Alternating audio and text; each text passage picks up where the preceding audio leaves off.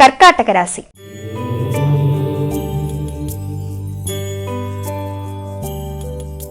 మా కర్కాటక రాశి వారికి ఈ రోజు ఎలా ఉంది? ముఖ్యంగా కర్కాటక రాశి వారికి నూతన మార్పులు, మానసికంగా కొన్ని స్థిర నిర్ణయాలు తీసుకోవడం, చంచలమైన ఆలోచనల వల్ల ఘర్షణాత్మకమైన ఆలోచనలు, అనవసర ఆందోళనలు, తీసుకునే నిర్ణయాలలో అధిక శాతం తర్జన భర్జనలు పడడం, ఈ పని చేస్తే ఎంతవరకు ముందుకు వెళ్ళగలనా లేదా అని మీ మీద మీకు వ్యక్తిగత విశ్వాసంలో అనుమానాలు లాంటివి, తద్వారా మానసిక ఘర్షణ అధికంగా ఉండడం, తద్వారా మానసిక ఆరోగ్య విషయంలో శ్రద్ధ వహించవలసిన పరిస్థితులు లాంటివి రావడం, కొత్త వ్యక్తులని నమ్మి ముందుకు వెళ్ళడం ద్వారా కొంత ఘర్షణాత్మకమైన వాతావరణం ఉండడం, దీనివల్ల మానసిక ప్రశాంతత అనేది కొంతవరకు తగ్గే అవకాశం ఉన్న రీత్యా ముందుగా మానసిక ఆరోగ్యాన్ని, ప్రశాంతతని పెంపొందించుకోవడం, కుటుంబ సభ్యులతో కలిపి కొన్ని కీలక నిర్ణయాలు తీసుకొని ఆ పరంగా ముందుకు వెళ్ళడానికి ప్రయత్నాలు లాంటివి చేయడం, అంతేకాకుండా ముఖ్యంగా ఆర్థిక సంబంధమైన విషయాలలో మానసిక ఆందోళనని అధిగమించాలి. సింహరాశి.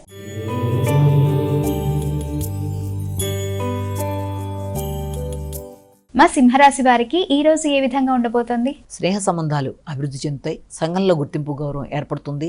దూర ప్రదేశాల్లో ఉండే వ్యక్తులతో మైత్రి బంధాలు అనుకూలంగా ఉంటాయి. వ్యాపార విస్తరణ కొరకు ప్రయత్నాలు లాంటివి చేస్తారు. అయినప్పటికీ ఆరోగ్య విషయంలో తగిన శ్రద్ధ తీసుకోవాలి.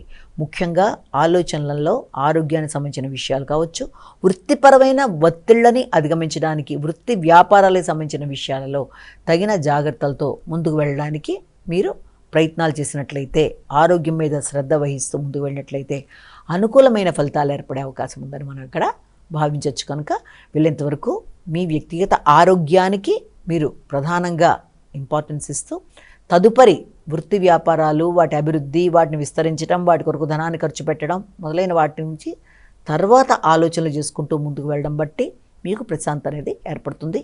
కన్యా రాశి.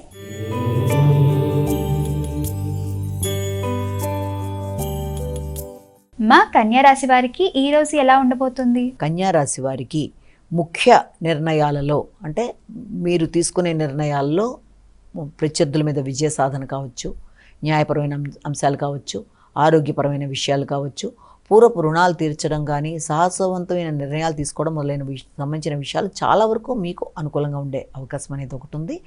అదేవిధంగా పోటీలలో నెగ్గడం, విద్యార్థులకి ఆలోచనలు అనుకూలంగా ఉండడం, ప్రశాంతమైన నిర్ణయాలు తీసుకోవడం, కృషితో అనుకున్న పనులు సాధించడం, స్నేహ సంబంధాలు అనుకూలించడం, వ్యక్తుల సహకారంతో వృత్తిపరమైన విషయాల్లో అభివృద్ధి చెందడం, చిన్ననాటి మిత్రుల యొక్క సహకారంతో ఆగిన పనులు చాలా వరకు ముందుకు వెళ్ళడానికి చేసే ప్రయత్నాలు అనుకూలించడం, ముఖ్యంగా కుటుంబ సభ్యులు, గృహ వాతావరణం, గృహ సౌఖ్యం, తల్లి, కుటుంబ సభ్యుల యొక్క సహకారంతో పనులని పూర్తి చేయడానికి ప్రయత్నాలు లాంటివి చేస్తారు.